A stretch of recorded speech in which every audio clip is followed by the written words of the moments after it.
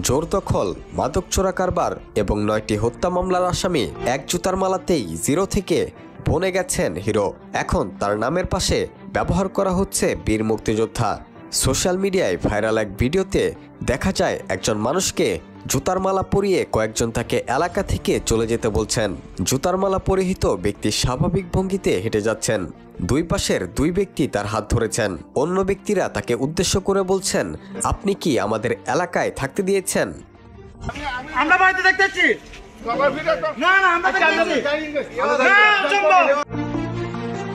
Viral ভিডিওটি কুমিল্লার 14 গ্রামের। জানা গেছে কুমিল্লার 14 গ্রাম উপজেলার বাতিশা ইউনিয়নের কুলিয়ারা সরকারি প্রাথমিক বিদ্যালয়ের সামনে গত রোববার দুপুরের এই ঘটনা। লাঞ্ছনাকারীরা ভিডিও ধারণ করার পর রাতে তা ফেসবুকে ছড়িয়ে দেয়। ভুক্তভোগী এই ব্যক্তির নাম আব্দুল হাই ওরফে কানু।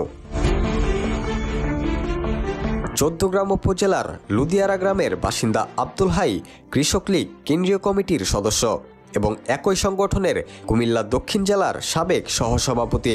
15 বছর প্রতিপক্ষকে নানাভাবে জুলুম নির্যাতন ছাড়াও তার বিরুদ্ধে রয়েছে 9টি হত্যা মামলা। ভাইরাল হওয়া ভিডিওটি নিয়ে সোশ্যাল মিডিয়ায় বিতর্ক চলছে। দেশ ও ভারতের কিছু গণমাধ্যম লাঞ্ছনার শিকার আব্দুল হাই ওরফে কানুর নামের আগে বীর মুক্তিযোদ্ধা হিসেবে তুলে ধরার প্রতি জোর দিচ্ছে। বিশ্লেষকরা বলছেন, গণমাধ্যমে খবর পড়লে মনে হয় মুক্তিযোদ্ধা হওয়ায় আব্দুল হাইয়ের গলায় জুতার মালা দেয়া অন্যায়। মুক্তিযোদ্ধা না হলে আমজনতার গলায় জুতার মালা দেয়া যায়। কেউ কেউ দাবি করছেন দখলবাজ 9টি হত্যা মামলার আসামি এবং ড্রাগ ডিলার আব্দুল হাই কানুকে বাঁচানোর মধ্য দিয়ে আওয়ামী লীগকে পুনর্বাসন করা হচ্ছে।